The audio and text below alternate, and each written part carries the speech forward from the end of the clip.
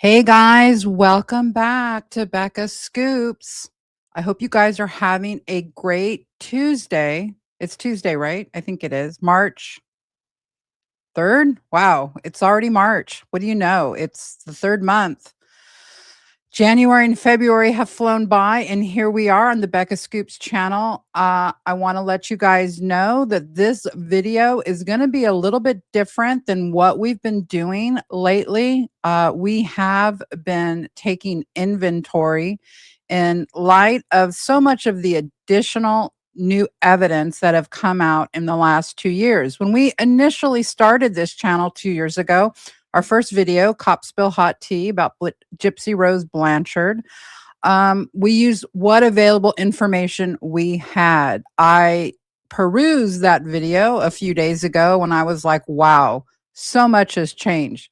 So much is still good in that video, but there is so much more that we know. My opinions have changed on a lot of stuff. And so we are going to be doing a deep dive, and we are going to start out with Dee Dee Blanchard.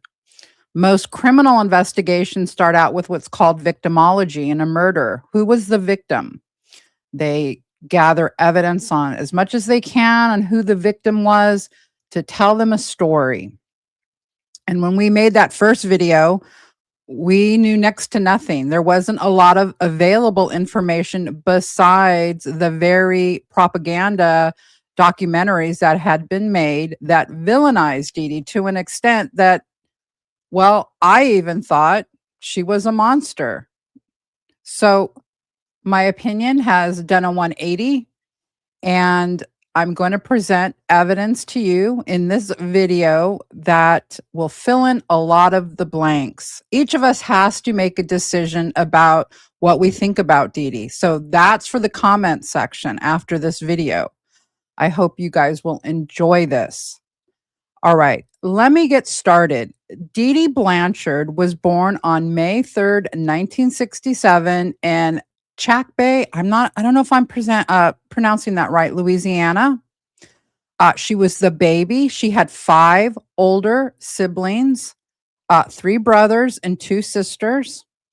And by all accounts, what the siblings tell us anyways, is that Dee Dee was spoiled, as many babies of the family are. A lot of times when parents start out, here's my theory, when parents start out, when they're having their first children, they're not economically as sound as they are when the last baby comes along. And a lot of times the last baby does get a lot more perks. So we'll listen to a few videos of what mm, her siblings have said, her father has said, and looking at those videos now, after I've done this deep dive, I'm really shocked by the way they villainized her. Okay. So Dee Dee was born in 1967. And what happened next is there's some, by all accounts, there's not a lot of stuff about her early childhood, except they said she was ill sometimes and that her mother was extremely attentive to her being ill, or that Dee Dee didn't. The mother would say, "Oh, Dee Dee can't do that chore. She's ill." This is the stories that we have related to us. When Dee Dee gets to high school, and we've got some pictures here. There's her graduation photo from 1985. And on the left-hand side, the left of that is Dee Dee as the queen. She was involved in junior ROTC. More on that later. Then December 27th, there's the wedding photo to Rod Blanchard. And there's just an additional photo there of Dee Dee being some kind of a bridesmaid in a wedding. No, she was not a bridesmaid in Rod's wedding to his now wife, Christy Blanchard. But those are some photos. And what I did, with the help of the person that helps me do the research, we did a deep dive into the different addresses where she lived. And I decided to do a Google search on those. And it was kind of a wild ride, to be honest with you. But it also paints a picture when you look at the timeline. So, but let me back up a little bit. In Around October of 1990, Dee Dee meets Rod Blanchard at a bowling alley bar. She's 23, he's 17. They have a very quick romance, and Dee Dee falls pregnant, which will become the baby is Gypsy Rose. So they meet in like October, I believe. I can't say that for sure. Okay. But nevertheless, they are married then on October 27th. And Gypsy is born on July 27th, 1991. So it was, yes, she was pregnant and they got married. And the marriage was so brief. Rod has said that within 3 months, he knew he didn't want to be with her. We're going to hear from Gypsy's memoir that, according to her, they didn't live with Dee Dee's parents, that Rod got them some kind of a place near there, like some kind of an apartment or something near her parents where Dee Dee lived. But quickly, that marriage fell apart and Dee Dee ended up moving back in with her parents. So let's go over now what happens next to Dee Dee, because it is quite a dramatic and sad little ride of what happens to Dee Dee after that point. So here we have the parents' home. That is where now I gotta have a caveat here. In home movies, when Dee Dee was younger, like a teenager, this wasn't the home. There's a picture of a different home they lived in, but this was the home, I'm pretty sure, where she lived with Gypsy. That's number one right there. Now go down to number two is this address on Williams Avenue. This is in Golden Meadows, Louisiana. Weirdly, when the actual addresses, and the addresses are from the police report, couldn't find the exact location, but you can see this is like public housing here on these streets here. And the one under number two, she moves there in 1998. And more on that later. I discovered something that kind of like, just doesn't make sense about how she ends up out of the parents' home, and the story that Gypsy tells. You'll hear from Gypsy's own words from her memoir what went on there. But this is all information that we need for victimology to understand Dee Dee. And to understand Dee Dee, then we're going to understand her mindset, and we're going to understand and listen to Gypsy, who we know she's not very honest. So we've got to take everything she says with a grain of salt. Then up there, number three. So now it's 1999. And she moves to another location in Golden Meadow. I can't find that exact address. It was not there. It takes me to this corner. It's not that house, but somewhere on this street, she allegedly lived with an unknown friend for a very brief stint. Gypsy claims, or the family claims, that there was a falling out with this friend. They claim Dee Dee stole this person's checks. I don't know if that's true or not. We'll get to the bad check writing charges as much as I know about it. Anyways, very brief stint in house number three. And then down here, she moves about an hour away to a place called Thibodaux, Louisiana. Again, looks like public housing. So very quickly between 1998 and you'll find out what happens. I'm going to go over the timeline of what goes on and why these moves happen so quickly in succession in a minute. So just hold on to that. After she leaves Thibodaux, she's going to end up where she'll live until Hurricane Katrina hits. And she moves another hour away to the this location. Now, see with this flag out here was the actual address I had for where she lived. This is the housing authority of the city of Slidell. And then the bottom photograph are the housing around it. I assume these are obviously Section 8 housing. For those of you that aren't in the United States, Section 8 housing just means government assisted housing. It's called Section 8. So from 2001 to 2005, this is her location in Slidell. A lot of moving around. What happened? If you guys probably know, one of the worst things to do in the world is move. Everyone hates moving. It's not fun. It's a rigorous process. I can imagine moving 4 times in 4 years, basically. It boggles the mind. What happened? We also know that there was some homelessness during this time, and I'm going to get more into that now. So, a couple of key dates here from these early years. So I went over the marriage that fell apart in 1991. Okay. Then in 1995, well, let me also say this. Rod also has another daughter in 1991. So he gets 2 women pregnant, Dee Dee and another woman pregnant at the same time. And they both give birth to daughters in 1991. Then he's with Christy. Him and Christy, I left this off, but I'll just tell you, him and Christy get together pretty quickly. And they have a son. Let me see. They have their son is born before they get married. I'm sorry, I don't have that exact date. If I find it, let's see. Just referring to my notes here.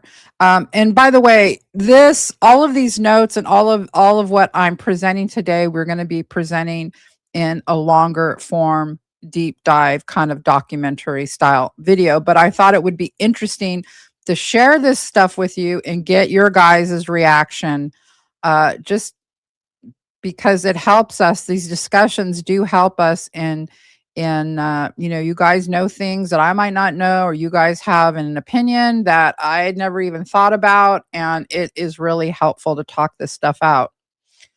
Rod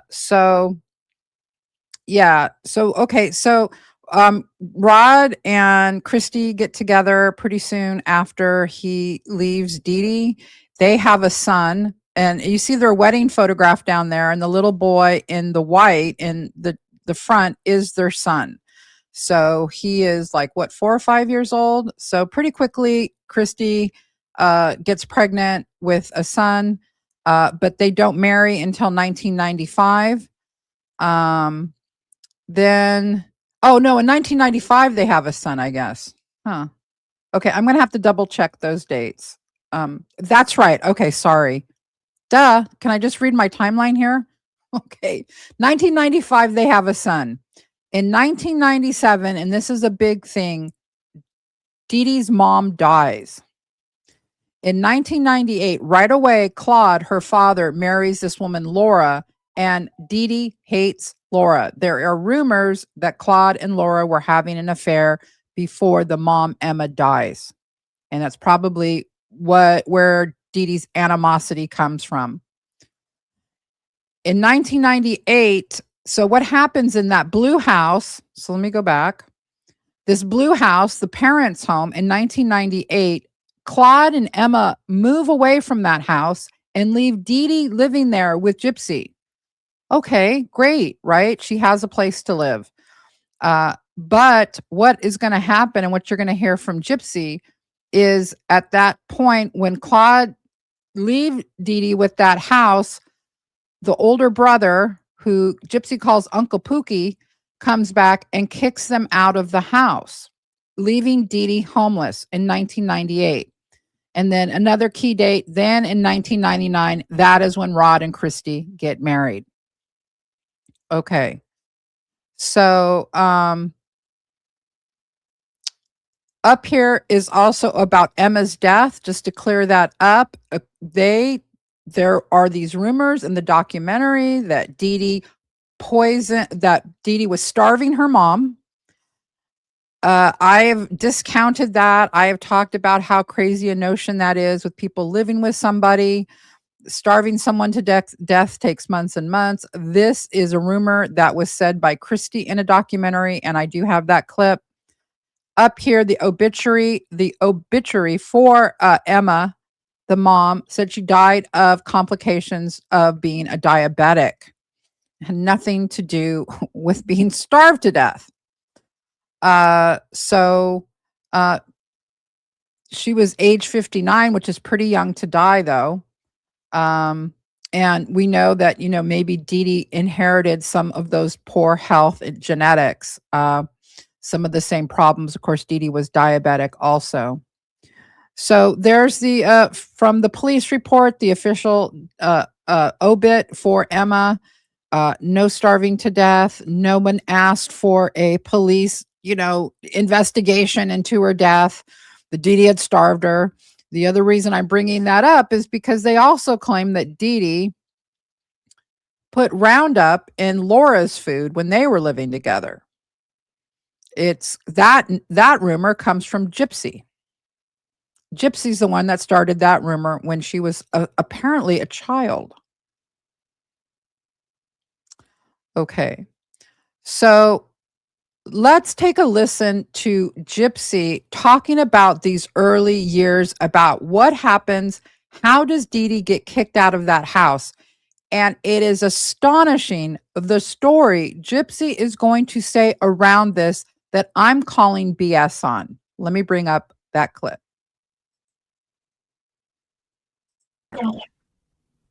There's power in numbers, and in my mother's paranoid defensive mind, it had always been Claude and his other 5 children against Dee Dee, especially after Momsey Emma passed.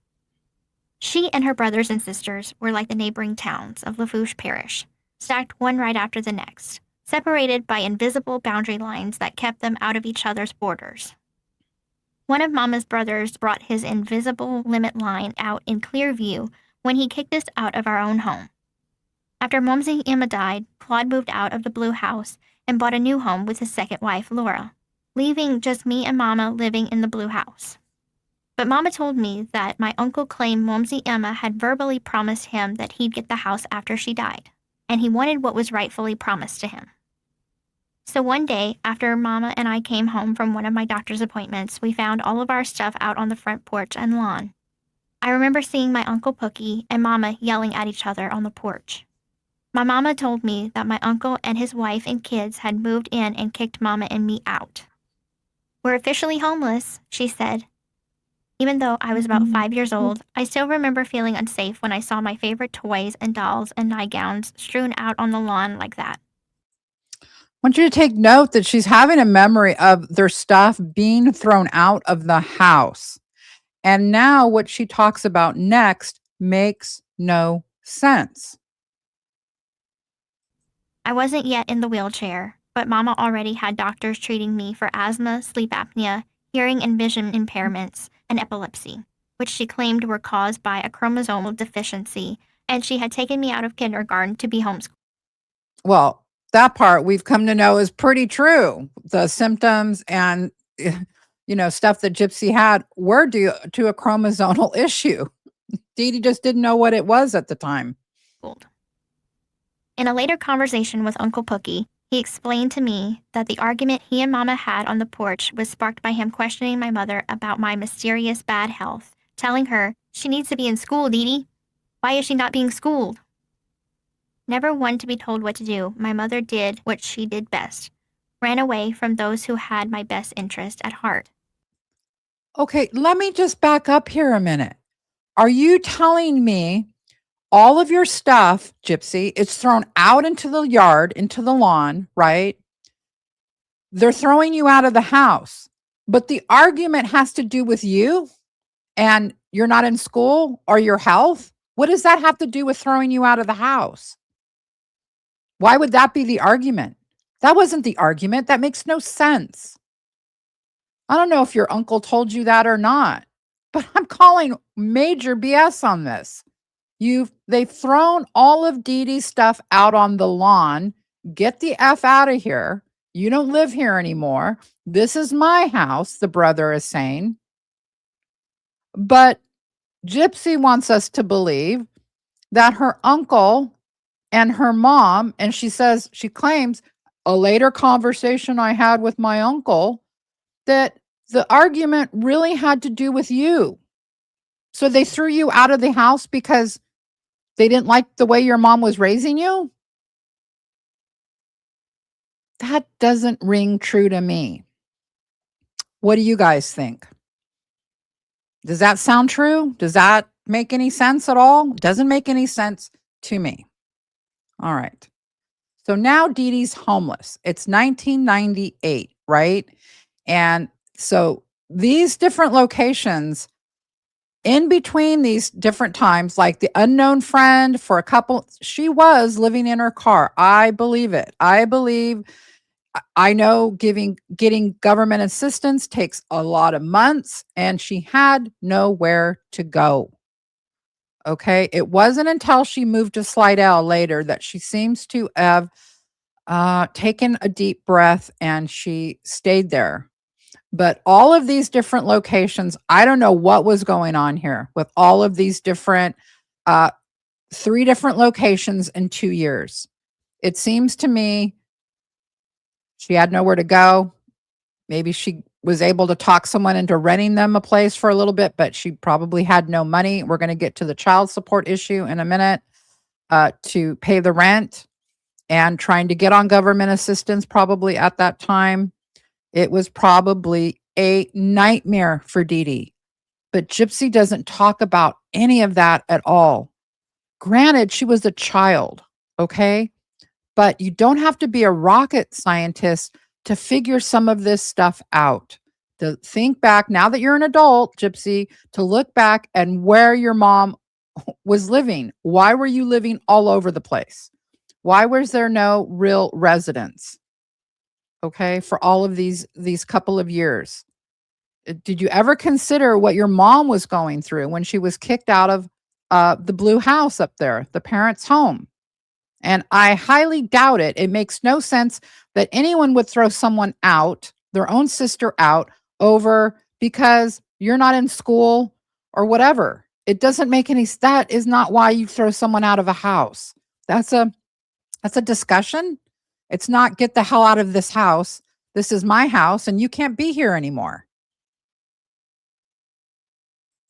That must have been horrendous for Dee Dee. It must have been horrible.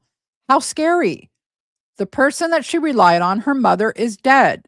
The dad marries this woman, Laura, who doesn't like her, who's not a nice person. By all accounts, people say Laura was a nasty woman.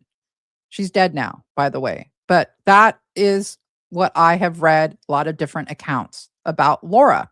Listened to a lot of different people talk about her. No, she wasn't a nice woman. Not a lot of people liked her. And yeah, she was nasty. So that is what was going on. Now let's take a listen to what Dee Dee's father had to say about her while she was growing up. What was Dee Dee like as a child? You what, baby? What was Dee Dee like as a child? What was Didi like? Dee Dee? She was okay. We were pretty close, me and her. Yeah, I'd give her everything that she wanted anyway, whatever she wanted, and except a dog in the house. I didn't want that. Now we went up, we got 2 dogs in the house. But she was something else. There's Dee Dee. They're going to go on and make some other comments here. She was a very filthy person. If it didn't go her way, she'd see to it that you would pay. And did we pay? Paid a lot. How did they pay? What does that even mean? And I don't believe the Roundup story. That's ludicrous. If that woman was poisoned with Roundup, she'd be dead. Okay. So I don't believe that story one bit. She opened up credit cards in my dad's name, my grandpa's name, ran up crazy bills. Supposedly, America's Most Wanted was looking for this girl. America Most Wanted. What is wrong with you? What is wrong with you? Okay. Now, is there some truth to bad check writing? Yes, there is. But I'm going to take everything these people say now with a grain of salt. They were fulfilling a certain narrative for this documentary. The minute she set foot on the bar, the law would have arrested her. Yeah, my she She was had made wanted. bad checks in Slidell, Slidell, she was wanted. bad checks in New Orleans. Wherever she went, she was doing all kind of stuff. All right, let's get to that part right now. Let's just get to what we really know about that right now, okay? Let me go ahead and bring that up. Disregard the stuff about the accident. We're not up to that point yet, but up here is the note from the casebook about Dee Dee's bad checks. From 1999 to the year 2000, his system, meaning this law enforcement officials, only showed several warrants for bad checks and failure to appear.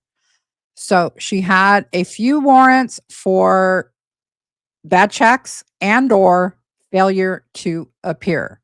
Nobody this talk about if she set foot in the county that they were like on the lookout for her is ridiculous. Now, if they pulled her over and they ran her and they saw warrants, sure, they would probably arrest her. That is true. But this notion that America's Most Wanted was after her or whatever is utterly ridiculous. Okay. Now, why would she have done that? These are what we call petty crimes, bad check writing. Bad check writing is usually because you don't have a lot of money and so let me tell you guys something, because now that there's ATMs and cards and nobody writes checks anymore. But back in the day, you would have like a checkbook, okay? And you'd have these checks, right? And so you'd have money in your bank account. And let's say you had $150 in your bank account, but you had to pay your utility bill for $200. So you went ahead and wrote the check for $200, knowing you only had 150 in the bank. The check hits the bank, takes a couple of days, it bounces, and that's like writing a bad check. Okay. Was that what happened? Did she do that a lot?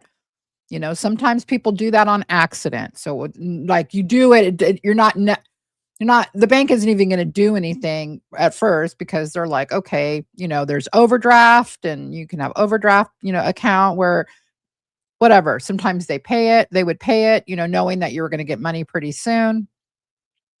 So it wasn't like immediately this was written up, like as the bank would call, the cops and say, hey, so I'm not sure what the bad check writing was about. Was it that she was just short of funds and wrote checks knowing that that there was no way that they could be cashed because she needed food? Was it like for a grocery store, or a first and a last on a rent when she was homeless? I don't know, but that's what bad check writing is.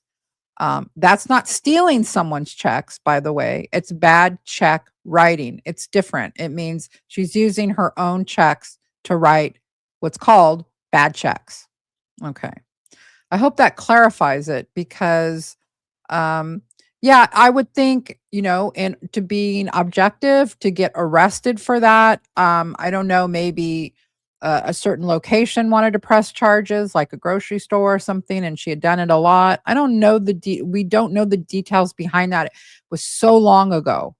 But what this sounds like to me, based on the information now we have about her being homeless, about being thrown out of the house, all of that she needed cash. And you may be asking at this point, where was Rod Blanchard? Wasn't he supposed to pay child support? Wasn't he supposed to help her out? Well, yeah, but he wasn't. Okay. We're going to get to that in a minute. But right now, we're going to take a brief break. Don't go anywhere. We're going to go ahead and shout out our sponsor, who is Morgan & Morgan, for this month. And now a legal alert from today's sponsor of our video, Morgan & Morgan. Did you know that children are being diagnosed with serious conditions like type 2 diabetes and non-alcoholic fatty liver disease? And research is potentially linking ultra-processed foods to these outcomes? Morgan & Morgan is stepping in to fight to hold food companies accountable. With decades of experience fighting large corporations, Morgan & Morgan is ready to stand up for families who deserve justice. So, if you have a child under 21 who has been diagnosed with type 2 diabetes or fatty liver disease, hit the link in my description box to learn more. It'll only take you a couple of minutes to find out if you have a case, and you can do it from your own phone. Thanks to Morgan & Morgan for sponsoring the Becca Scoops channel. You'll find their link in our description box. All right, guys. So what about this child support? Well, we've got a few sparse documents here. First one from 1993. Dee Dee is taking him back to court in order to pay. He was in trouble. There were medical bills. It was further ordered and decreed that there will be judgment herein in favor of the plaintiff, Claudinia Petrie Blanchard, that the amount of $5,210 in medical bills is past due and is made executory.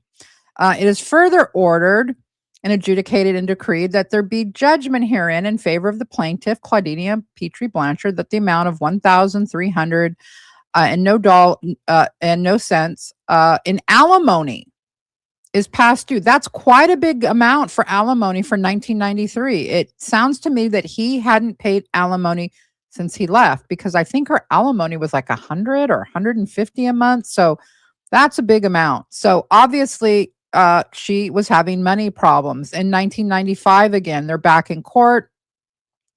He isn't paying again.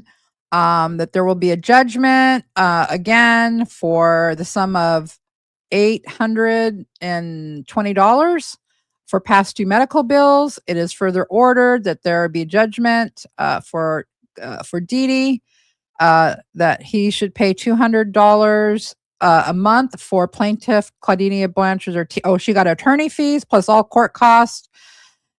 Okay, so there are some issues. That $350 for past due alimony, which is to be paid within 90 days of the date of this hearing. Okay.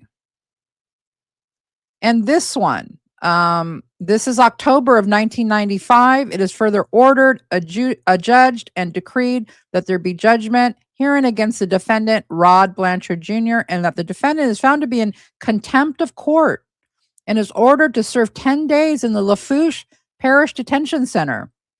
Execution of the sentence of imprisonment is suspended, and the defendant is placed on unsupervised probation for a period of 2 years. 2 years probation Rod got for not paying alimony, child support, and medical bills. I don't have all the details. I just have, these few little documents to go on.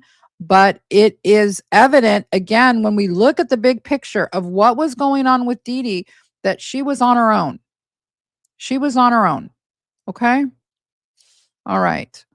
And so she ends up in Slidell in 2001 and stays there until 2005. And we're going to continue to cover those years, some other anecdotal evidence that is very interesting.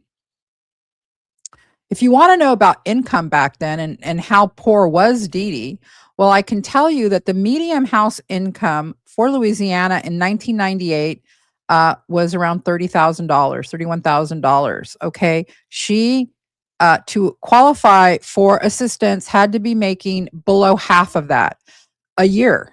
So she had to be making under $15,000 a year, which it sounds like with her child support and all of the things she was getting, she was well below that. It sounds like she was completely destitute if she was only getting like $200 a month for child support and $100 or $150 a month in alimony.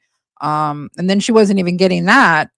No, I don't think that she was working during this time. I think that Gypsy was taking up most of her time with her illnesses. And so, yeah, Dee Dee had a lot of problems. And so that's why I want to say when we're going to judge her about this bad check writing, I don't know if we can judge her on that, that she was just trying to feed her daughter probably and herself and had nowhere to go after she was kicked out of that house, regardless of there was bad blood between the siblings with her brother or whatever. I mean, to throw your sister out like that, knowing she doesn't have anywhere to go. What happened? Right? It's shocking. When she has a little child like that, it is shocking. That obviously, even though they downplay it now, according to them, oh, we knew Gypsy was healthy when she wasn't, which we know she wasn't. And we're going to be getting to some big inconsistencies in Gypsy's story in just a minute. The big inconsistency about being put in the wheelchair. I found some more inconsistencies when it comes to her memoir. Okay. We also know in 2000, 2001, there were a couple of accidents that went on. First, there was that motorcycle accident that Gypsy was in. I'm not sure of the date on that. I'm going to do a little bit more research into that. I do know that this one hospital record is from August of 2000, where they are x-raying and looking at Gypsy's knee, and they are saying that she was in a motor vehicle accident. That still could be a motorcycle accident, but I don't know if she was in the accident with Dee Dee. And there's Dee Dee with her. She had to have surgery on her leg. Her bones never fused properly, is what Gypsy says, and she was in chronic pain for the rest of her life. And that happened around these years. So you've got all of these things happening. 1998, thrown out of the house. Well, we can go back to the divorce, right? 1991, it starts to go bad for her. And from there, at least her mom's still alive. That was her saving grace, that her mom was still alive and would help her. But once Emma dies in 1997, all bets are off, and Dee Dee is on her own. Nobody in her family wants anything to do with her. And so was that mutual? Possibly. I can't say, but I got to think as somebody who was a single mother themselves, that you kind of forgo any animosity you have towards people when you're down and out and you're single with young kids to take care of. Your sole goal, it's called Maslow's hierarchy of needs, is a roof over your head and food in your stomach. You don't really think about other things when those things aren't met, when those needs aren't met. A roof over your head and food in your stomach, when those needs aren't met, you really could give a crap about having some kind of a beef with a sibling. It's not important at that point to you. You're just solely focused from the moment you wake up in the morning to how am I going to feed my kids and where are we going to live? So that's why I just find them being thrown out so shocking. Okay. So then she has this car accident, and they end up staying with her dad for a while. They allow it for a while, but once again, she's back to Slidell. Okay. Some other anecdotal information about Dee Dee from that time, and we're going to get to some videos in a minute also. This was from her friend Sue, who met Dee Dee in Louisiana in the year 2000. And Sue had some very interesting things to say. She was around them a lot, and she had a son. And Sue recalled Gypsy being very smart and never appearing to be abused or held captive in the home. When Sue and her son were around for a lengthy period of time, she would notice Gypsy drop the childish voice. Sue also observed Gypsy stand up from her wheelchair several times to walk to the restroom, and Sue began to realize the handicaps were fake. Sue's sister, Dee, also observed Gypsy walk. Sue also recalled a trip she took with the Blanchards to an art museum in Louisiana. Gypsy knew a lot about the art in the museum and would speak about it like an adult. She told me a professor at the museum was impressed with Gypsy's knowledge of the art and told Sue that Gypsy was not mentally handicapped. Sue believed Gypsy always had the mental capacity to get up and leave the residence as well as take care of herself. She told me Gypsy was capable of making her own decisions and believed Gypsy was an active participant participant in the disability fraud. Sue could not recall a time that Gypsy was admitted into the hospital for any surgeries. She also stated the Blanchards were kicked out of the Ronald McDonald House after staff learned they did not have any medical appointments at nearby hospitals. Now, I want to stop there just for a minute and give you kind of what was going on here. This would be around the time that Dee Dee was in one of her homeless stints, right, in the middle 90s. So, well, actually, she also stated the Blanchards were kicked out. No, I do believe, I think that she probably heard that story that they were kicked out of the Ronald McDonald House, but I will do a little bit more of a deep dive into the years of that, of when they started to stay. I think Gypsy talks about staying there for 2 months, that it was a place that Dee Dee used as a residence because, like I said, she didn't have anywhere to go. Sue later saw news reports about the Blanchards getting the Habitat for Humanity house in Springfield and Gypsy having leukemia. When she called Claudinia about the news report, Claudinia told Sue there was a misunderstanding, that Gypsy had anemia. Okay, so take note of that. Very interesting. Well, in Gypsy's memoir, she recalls these years. We played a little clip of that earlier, but there's more. There's more. Let's listen to Gypsy about how she ends up in the wheelchair. And this is from her memoir. And I want you to note the memoir came out before any of the videos between Gypsy and Nick came out. Gypsy, when she wrote her memoir, had no idea that those videos would ever see the light of day. It was not even anywhere on her mind that any of those videos would come out. There's over 115 that we have. Oh, I also want to shout out Carolina Girl and Barb, Straight Out of Contacts and Into the Weeds. Some of these like documents here. This one is an Into the Weeds document from the FOIA that they got. So you can find the link to all of those YouTube channels in my description box.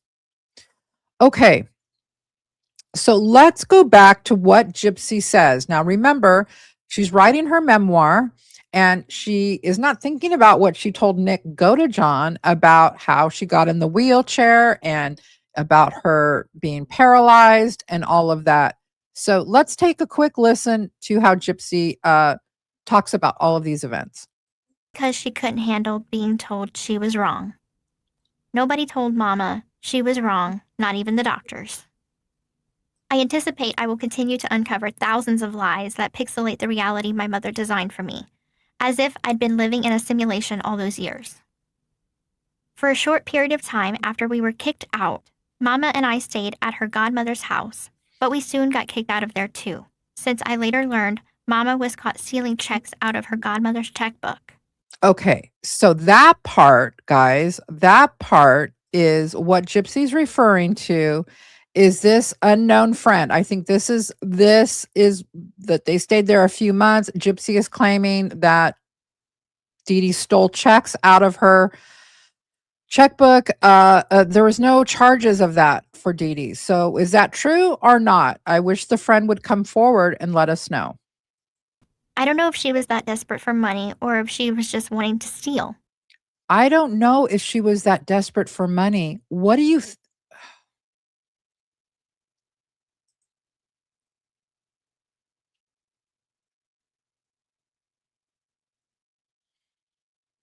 But right after that, we bounced to New Orleans for a while, where we lived rent-free for weeks in the Ronald McDonald House. Okay, so there's the Ronald McDonald House. So after that, with that friend, Gypsy is claiming after that she's homeless. She gets kicked out. Gets kicked out by the brother, gets kicked out by the friend, and she is homeless and decides, I need to find shelter for my daughter, and is now going to use the Ronald McDonald House for shelter. Do you blame her? I don't. You're not supposed to stay so long. Once we were approved, we finally moved to the Golden Meadow Projects, where I lived until I was 9. Mama knew how to get approved for a lot of things and lived off the system. So I'm not sure if remanding me Live off the system. This is such a degrading language by Gypsy about her mother. I wonder how Gypsy would feel if she was just abandoned at this point with her daughter, with no one to help her. I wonder how she would feel. to a wheelchair was part of the scheme or if it was a symptom of her Munchausen by proxy. Mama scored 3 different government-issued phones because she applied for different benefits for different reasons. We lived in Section 8. Why don't you thank God that your mother knew what to do? Why don't you thank God that it wasn't worse for you? You could have been, you could have been on the streets for a long time. You could have been down in Skid Row. You could have been, your mom could have lost her mind. And I don't think anyone would have taken you. Housing. We were both on Medicaid. I was confined to a wheelchair after I was in a motorcycle accident when I was 8 years old. Daddy Claude. Okay, now here's the beginning of her story of getting in the wheelchair. Remember, she relates this story and stuck to this story until earlier this year when these videos come out, right? Had a Harley, and I went riding one day on the back. Reacting to a car that had cut us off, Daddy Claude swerved out of the way and sideswiped us off the road. I was bleeding when we returned to Mama. After she found out what happened, she rushed me to the hospital, where I was cleared of anything other than a road rash. I went home with an ace bandage, and she nursed me as if I had had an amputation. She bought me a walker, sent me for physical therapy, and after a few months came home with a wheelchair, which I was relegated to permanently. Now, this isn't going to jive with the video we're going to take a look at in a minute. This is major. I think the 2 major points to Gypsy's story that have been debunked are number 1, this story about how she ends up in the wheelchair. Now we're going to find conflicting reports. What she writes in her memoir is she was in this accident with her grandfather and that nothing was really wrong with her, but at some point her mother gets her a walker and then her mother brings home a wheelchair and makes her stay in the wheelchair at that point. I learned recently that Mama's family members got on Mama for putting me in the wheelchair, but that only made her run away with me. Run away with you? No, she had nowhere to live. Okay, she had nowhere to live. And as you're going to see in an article, a little known article, some of you know about it, when Gypsy ends up in 2003 going to Disney, thanks to the Slidell Grant a Wish Foundation, not Make a Wish. This is a local charity in Slidell that grants them a wish to go to Disney in 2003, where Gypsy swims with the dolphins.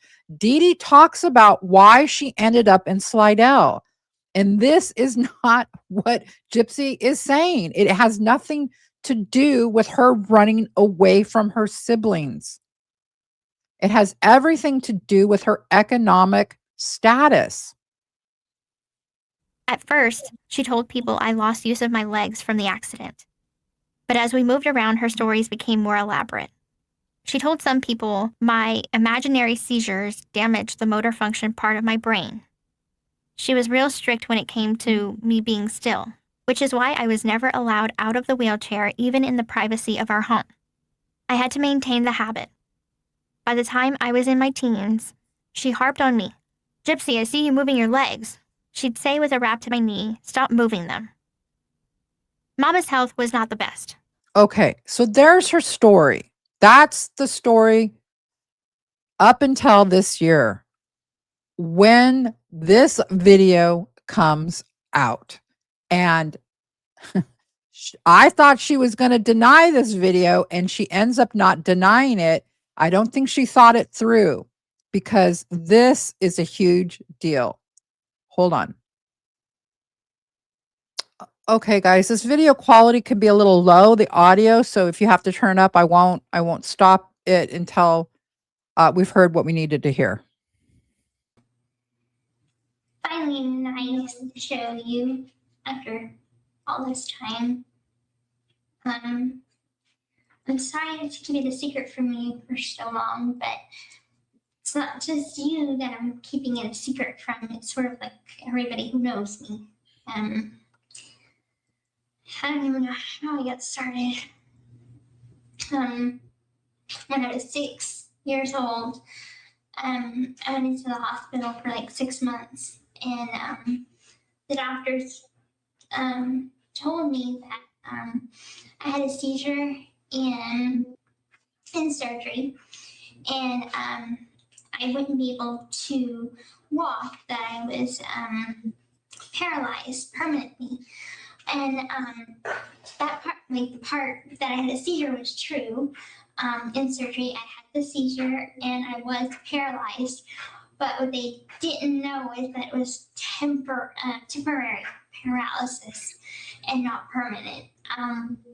And by the time I started to get my feeling back in my legs, and I hadn't tried to walk then, but I was too young and I just kept to myself. And throughout the years, I tried to tell my mom a few times, and I guess I was just afraid of her not loving me as much as she does if I couldn't walk. You know, I didn't want to make her sad or lose any love from her. I guess that's the reason why I kept it a secret from her. And so I just kept it to myself for a long time until 2011, whenever I sort of started rebelling as a teenager and ran away from home, literally ran away from home, stumbled. Before I ran away, I started trying to walk as much as I could. And I just got enough strength to be able to leave home. Unfortunately, it was to the wrong person. And so Mom's kind of in denial in a way. I don't really know, because I guess it would be too hard to explain to all our friends and everything. And one thing I never want to go is like a liar. And believe me, I would like for people to know the truth, but being as it is, I would lose a lot of friends, I think.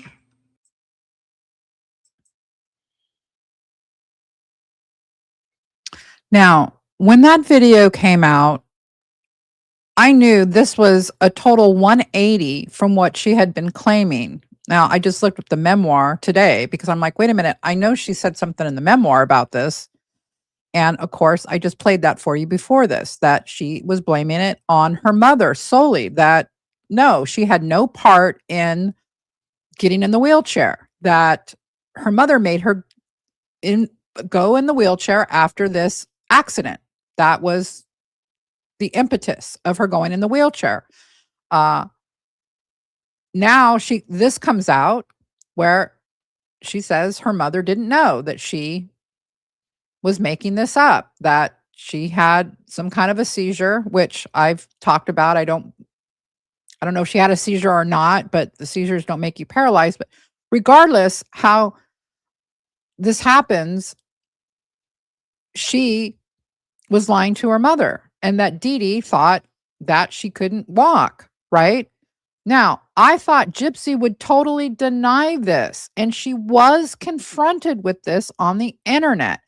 And I thought she was going to just say, oh, you know what? I was just telling that to Nick. No, here's really what happened. But she doesn't, because when you lie so much and you can't, and you're a pathological liar, meaning you lie for no reason at all, you forget exactly what the different stories are. And in a panic or not in a panic, I don't know, she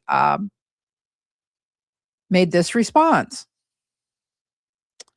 If you're asking about that specific video, I want to be very clear. Yes, I always knew I could walk, and then I always admitted that. What I was trying to explain in that conversation, the one that we just listened to, was that I never wanted to bring up that topic to my mother. Okay. So that goes along with the video, that she said, I didn't want my mom wouldn't love me, or whatever the crazy reason she gave to not let her mom know she could walk. I avoided confronting her because whenever I did, she used manipulation tactics against me. She had caught me jumping on the bed when I was young, and she's seen me move my legs. Okay. She even complained about me kicking her in my sleep. She was aware that I could walk. Was she? But was she aware that you could really walk? Or that maybe you could move your legs, but it sounds like you guys didn't discuss this, that you just stayed in the chair, that it was something you made up, not her, that you made it up. You're not denying you made it up here. So this goes against your story in your memoir, the story that was in Mommy, Dead, and Dearest, the story that was in Hulu, The Act series, dramatized series. She goes on, when someone is living with Munchausen by proxy dynamics, they can exist in a state of denial. Okay, whatever. Okay, nice try. In my view, she was mentally aware on some level, but emotionally disconnected from the reality of the situation. At that time in my life, okay, this is totally different from knowingly putting you in a wheelchair for fraud, for a con, to get perks. This sounds like probably the truth. I didn't want to believe it at first because I try to be very unbiased with these big issues, because this is a wild story. This is wild, but everything in this case is wild. And when she didn't come out and just outright say, yeah, that video to Nick was a total 100% lie, I was shocked. She goes on, at that time in my life, I didn't have the language or education to explain what I was experiencing. I spoke in very simple terms. This is all bullshit. This doesn't mean, like I said, when I went over this in the last video, how hard is it to say, hey, I can walk? That's a simple language. Guess what? I can walk. It's difficult to be judged based on videos filmed during some of the most vulnerable moments of my life. And she goes on, yada, yada, yada. It's difficult to be judged based on videos. Yeah, okay. I hope this helps for you guys to understand. No, it really doesn't help to understand. All I know is that what you told the world, what you told your family, what you told your dad, what you told the Petrie family, your aunts and uncles, was one big fat lie. And you blamed it on your mother, and you villainized her and made her out to be a monster. Okay. That's big. That is a big point. All right. What else do I have? Well, in 2001, so we have the car accident, we have the motorcycle accident, we have Gypsy ending up in the wheelchair at that point. Sounds like Gypsy's the one that made that up. Sounds like Gypsy was like, I can't walk. Okay. And what happens after she can't walk? Well, she becomes queen for a day in the Mardi Gras parade. That's right, folks. In February 2001, a local girl to serve as queen for a day. And here is Gypsy. Here is the article. All right. I've been very lucky, said her mother, Claudinia Dino Petrie Blanchard. She is a good child. She has never once complained. Gypsy has a lot she could complain about, suffering from poor physical and mental development. She is both vision and hearing impaired. She can no longer walk, is fed through a feeding tube, and has some brain damage from seizures. Is all of that true, guys? I don't know. She didn't have any lasting brain damage from any seizures. I can tell you that. Okay. Was she being fed through a feeding tube? Yes. She was having major difficulty eating. We know that. We know that part is true. And now we know about why she's in the chair. She lied. She was lying to her mom. According to her, not according to me, according to her. Because of her health, Gypsy spends a lot of time at Children's Hospital in New Orleans. Her mother said during overnight hospital visits, Petrie Blanchard stays at the Ronald McDonald House. Gypsy is looking forward to her duties, which include sitting and reviewing the stand and participating in the toast to the king and queen. Despite her health, which has steadily declined over the years, Gypsy still tries to maintain a normal life. She spends a lot of time with her grandfather, Claude Petrie, whom she considers her best friend. She is also an avid animal lover for cats, Okay. Her mother teaches her at home, but she attends CCD. That's the religious education classes for the Catholic Church at St. Joseph Co-Cathedral in Thibodaux. She makes her way to events like Sesame Street Live and recent convention for fans of Xena, the Princess Warrior. Well, what do you know? She's getting out of the house and doing a lot of things. And Hercules, the legendary journeys. While there, she met cast members Ted Raimi and Bruce Campbell, aka Joxer, or however you say the guy's name, on Xena, who spent the whole weekend with her, Petrie Blanchard said. So let me get this straight. She gets in the wheelchair and immediately she is made queen for a day. She is going to these events where the people, the big names at these events, are hanging out with her. What does that do to a kid like Gypsy that loves the limelight, that wants to be the celebrity, right? What did this teach her? Stay in the chair and you're going to get these perks. Stay in the chair and you're the queen for a day. It goes on. They pushed her around in her wheelchair the whole time and talked with her. She said they were so nice. Gypsy's famous friends, as well as the show's producers, email her at least once a month. Petrie Blanchard and her daughter touches the lives of everyone she meets, including strangers. Gypsy's kindness to others is in the process of being repaid.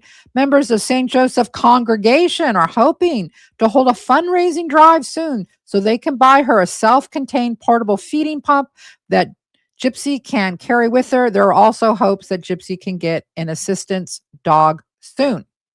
Wow. A lot of attention for Gypsy. A lot of attention. Queen for a day, meeting her favorite actors, hanging out, not only meeting them, but they're wheeling her around the event. They're emailing her at least once a month to see how she is. And we know that's what started it all, right? This life of hanging out with celebrities, of going to events, of being the, everything that comes next is predicated on her being in this chair. Now we see a different kind of story developing here than what we always thought, right? Okay. What else? We're going to take a listen to some videos of what the narrative was before all of this information came out. Her mom was a little bit like her. Yeah, her mama too. Her mama was a shoplifter and all kind of stuff. I remember time she had to go to court for shoplifting and all that She'd stuff. go to the washateria, she'd steal the people's clothes. Okay, so now they are dragging not only Dee Dee, but Dee Dee's mother, saying they were horrendous shoplifters. We know that part of this is true, that at Hobby Lobby that they were caught shoplifting and banned there for life. Is this true? What they're saying here, is it true? Were these the running around the laundromat? The washateria is laundromat, where you go to wash your clothes, and they're claiming that Dee Dee or Emma or both, I guess, would go and steal clothes from the laundromat. It seems pretty far-fetched. I don't know if this is true, but I'll leave you guys. This is what the narrative has been about Dee Dee up until this point.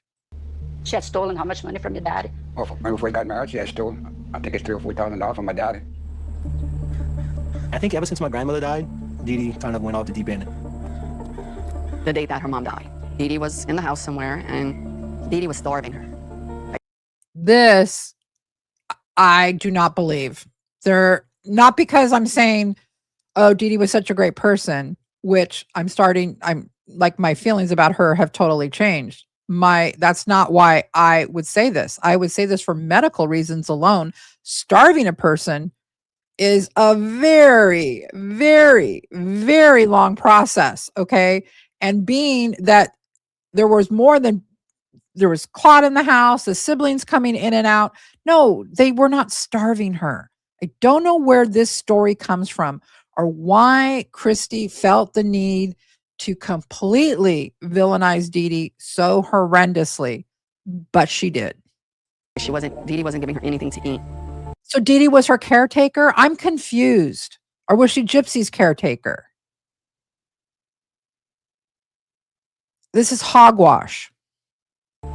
ask her sister. You know, I was like, I hate to ask this, but you think Dee Dee had anything to do with her mom's death? So Christy brings it up to the sister. The sister wasn't thinking it. Christy puts it in her head. Get it? Get how this goes here?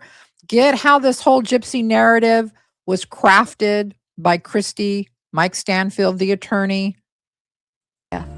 And she, said, now I wonder. Now I wonder. That's how evil she was. Wow. Wow.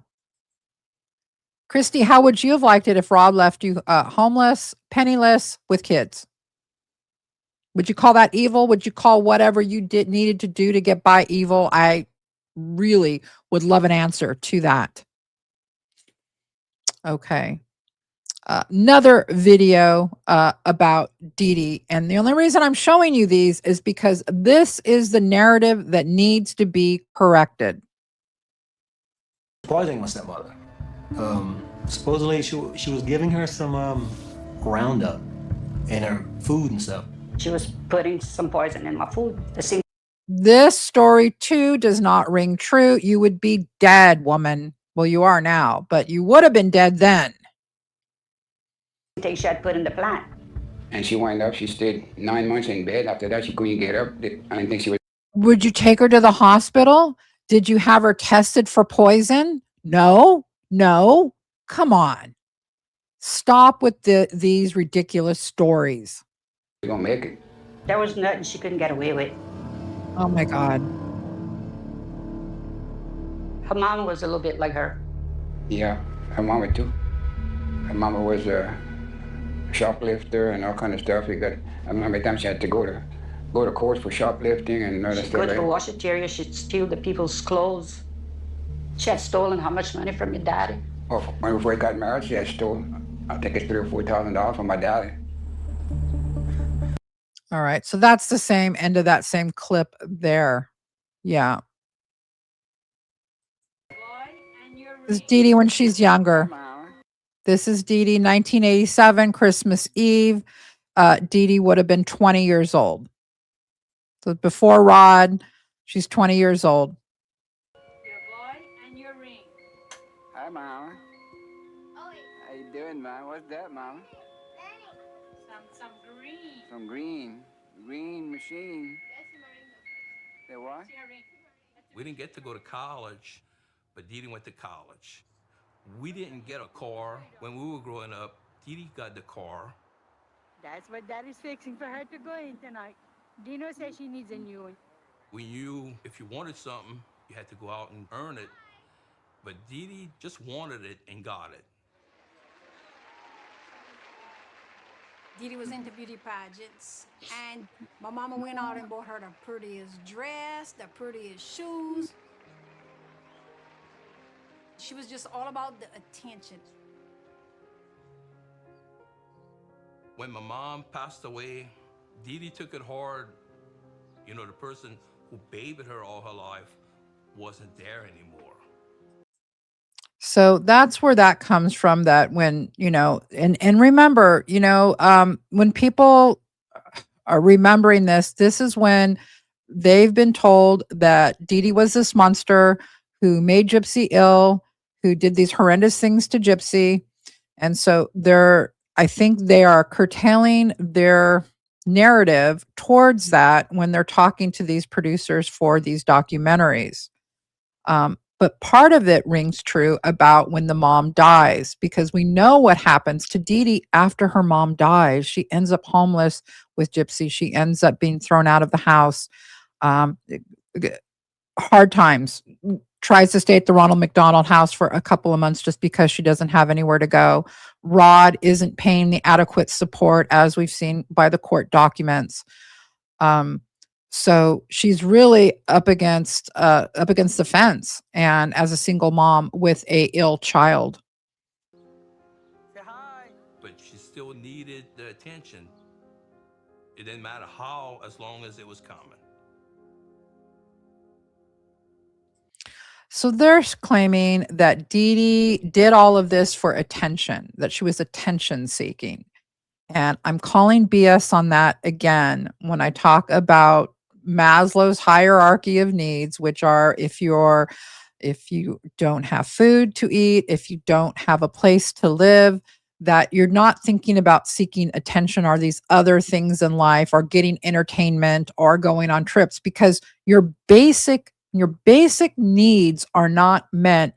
You as a human being, everything from the moment you wake up till the moment you go to sleep is going to be focused on getting those basic needs met. And it sounds like, based on the different addresses and piecing together the history of Dee Dee, from when she went from there to there to there, and finally ended up in Slidell. Okay. And that brings us to this 2003. And I know we're going long. I hope you guys are still with me because I think all of this is really important information to put out this different narrative about Dee Dee and to update our first video, so to speak.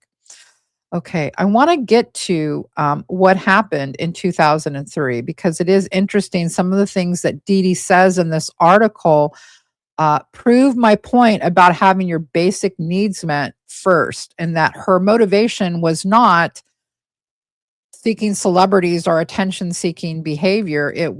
She was in a really bad place. All right, let's take a look at this. So, in 2003, the Children's Wish Endowment of Slidell, Louisiana grants a wish to Gypsy to go swim with the dolphins.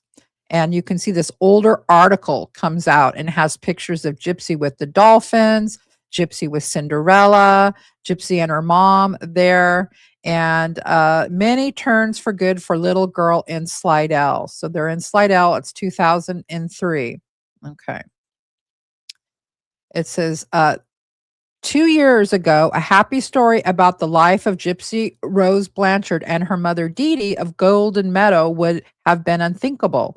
Abandoned by their family after the death of Dee Dee's mother, they bounced around for several years looking for affordable housing on their severely limited budget. Twice they ended up living in their car. Okay? Now that portion of this I'm saying rings true to what we've just been going over, right? This sounds true. Okay, up here. This is a quote. This has been the best, most unbelievable, most miraculous year of our lives. We came to Slidell because this is the only place that public housing was available. You hear that? Do you hear that, guys? This was the only place public housing was available. The Lord really knew what he wanted for us because today we have a roof over our heads, right? Those needs, a roof over our heads, right? An adopted family of Granny Mary and Ronald, a church family at Aldersgate United Methodist Church, social workers for Gypsy, and we were given a trip to Disney World in Florida by the Children's Wish Endowment, said Dee Dee. I'm also a brownie in Troop 23, said Gypsy proudly. With 4 picture-stuffed scrapbooks on their laps, they relived 21 rolls of film, moments of their trip of a lifetime. Okay. So there you have why Dee Dee moved to Slidell. She says, what is it? She says, we came to Slidell because this is the only place that public housing was available. Is that the truth? I'm going to say probably it was. I don't know. Why would she lie about that? It sounds like that's not something you would lie about, right? Well, we had to go to Slidell. It's the only place at the time where public housing was available. It probably took her that to actually get public housing. It's not something that you get just like that. Well, it wasn't before. Yeah, well, this was 30 years ago. So I'm pretty sure that at least in California, I remember you didn't get it that quickly. From a friend of mine that was on it, it took a while. So I believe that's why she moved, not what her family is alleging, that she was trying to run away from them because something to do with Gypsy. No, I think if they would have helped take care of her, she would have stayed there. If they would have offered her a place to live, she would have stayed there. She had nowhere else to go, so she had to turn to the government for help. That's what happened. All right. we have covered the years up to Hurricane Katrina at this point. I hope you guys have enjoyed this different kind of a deep dive video by the Becca Scoops channel. We are making a long documentary style. I've been started to write it. We're getting that going. I'm getting help on that. But I wanted to share some of this just because I wanted to hear your comments. What are your guys' thoughts about why Dee Dee ended up in Slidell? Do you agree with me, or do you think that it doesn't ring true? What about Gypsy's altering stories about the walking from her memoir, saying that the motorcycle accident, that her mom made her stay in the wheelchair after the motorcycle accident for some kind of a con or fraud, that it was this sinister thing that Dee Dee decided she was going to do this conning, or now that this other video has come out and Gypsy's statement after the video, what do you believe? What happened with the wheelchair? Was it Gypsy or was it Dee Dee? Was it a combination of both? It's an interesting subject, but what we can say is Gypsy has totally lied in her memoir. One of them's a lie, right? One of them's a lie. Which one is it? Dee Dee deserves what we call justice, right? And justice, the only way we can get it for her at this point is to set the record straight, to bring out some of these issues, to represent to the public. And that's what we're working so hard on behind the scenes, as you guys know. That still is going very well, by the way. Okay, guys. Let's get to some of your comments. Before I get to some of your comments, I want to give you an update about Diana over in the Netherlands, who has been having a horrendous time in ICU. She was put in an induced coma, as many of you know. Diana doesn't have any immediate family left, and so she felt a strong kinship for followers of this channel, people in the chat, people in the comment section. It uplifted her. And that is social media at its finest, I would say. That is social media at its finest. And so I wanted to keep you guys updated on Diana. She sent me this just a couple of hours ago. Hi, Becca, Mitch, and Truth Train members. I've been struggling for a few days. As soon as they reduce my antibiotics, I get fevers and a lot of pain again. Because of this, I've been back to the ICU a few times for a few hours. Changing the vac pump is especially painful, and that happens twice a week. I dread it every time and get extra painkillers an hour beforehand. My body is fighting, but I am tired. I'd like to personally thank everyone for their support and prayers. It's comforting to know I still have some kind of family. Oh, you do, Diana, you do. Meanwhile, I've lost track of how long I've been here and feel lonely without visitors. For friends from my hometown, it's too far for just one visit.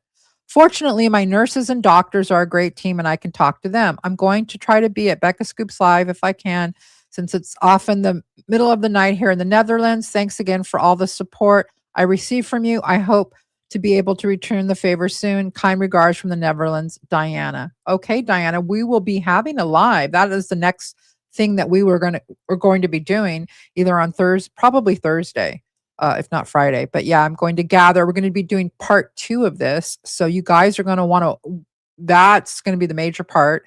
Again, I'm just as a rough draft of our research. It's not everything that will go into like a deep dive type documentary. But again, I wanted to solicit your comments and reactions about it.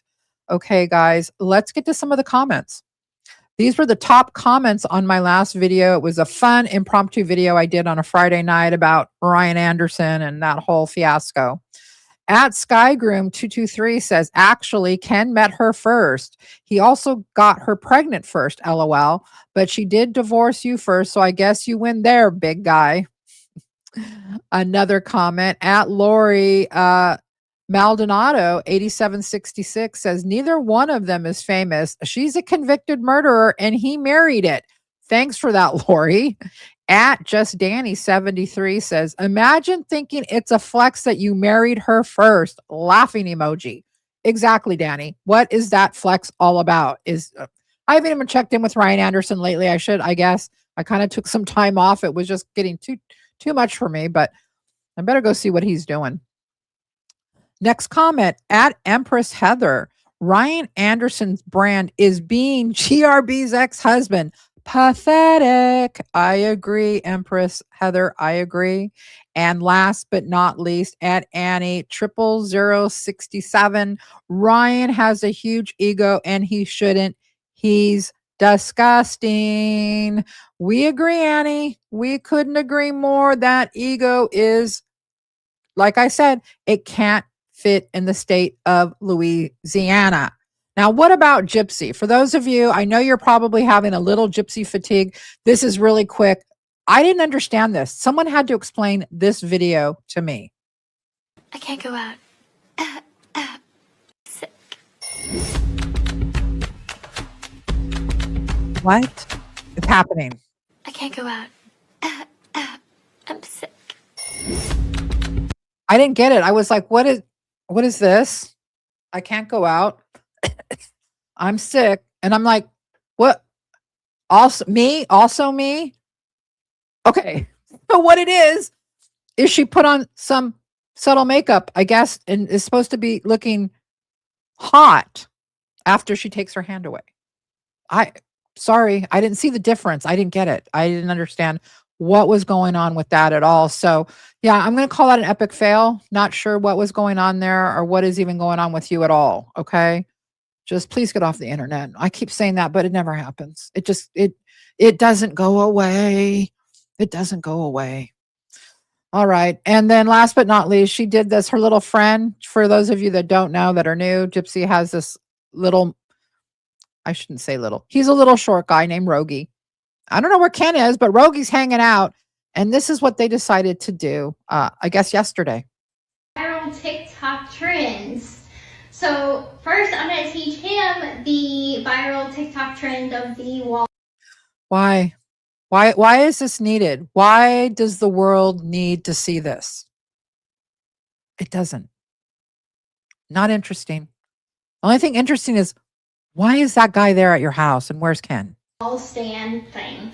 Foot right there. Okay, and then you turn your whole body. Okay. Then you put your hands down here, and then you just like that. Okay. All right.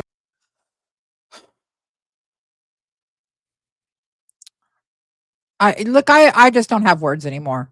I just don't have words anymore. So I guess he's going to try it now. Is it supposed to be funny? I don't know. Foot right here. Put foot there. Turn. Okay. Insufferable. Feet down here. Now the opposite leg. Now just there. Okay, that works too. Yay! Hey, cool. Let's put this up. Let's put this up on the internet. I'm so excited. I want everyone to see it, Rogie. Why? Okay. There's more. I can't play the rest of it. It's just them doing it again. I don't know. I saw that for a brief moment and I said, I can't. Why, Lord? Why? I don't know. I don't know, guys. You guys tell me. Leave it a comment. Leave a comment. I want to hear it from you guys. All right. I want to hear it from you guys. Make me laugh, please. I need a couple of laughs, please. All right. Well, that's going to do it for me for today. We will be going live. We'll be continuing some of this deep diving into the stuff. I want to hear what you guys have to say thus far. I'd appreciate it. So you guys can email me at beccascoops@gmail.com. I'd love to hear from you. Also, if you aren't subscribed to my channel and you do like this content, please consider subscribing and put the notifications on. If you are passionate about the case and want to help out what we're doing behind the scenes with this case, consider becoming a member. We would really appreciate it. All right, guys, that's going to do it for me. Thank you guys so much as usual. I hope you enjoyed this video. Becca Scoops out. Good night, guys.